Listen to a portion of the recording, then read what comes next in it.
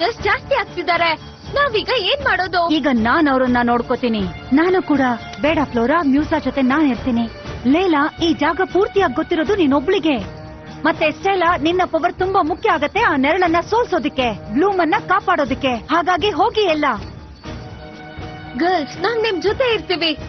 ಚಾಡ, ನೀನ್ ಅವ್ರ ಜೊತೆ ಹೋಗು. ಲಾಕೆಟ್ ನಾನ್ ನೋಡ್ಕೋತೀನಿ. ಬನ್ನಿ, ನಾವ್ ಹೋಗೋಣ. ಇವಾಗ ನಮ್ power ತೋರ್ಸೋಣ.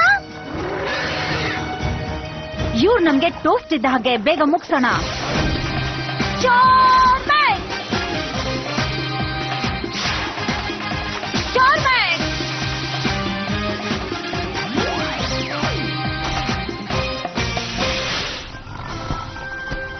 Power of season sound barrier.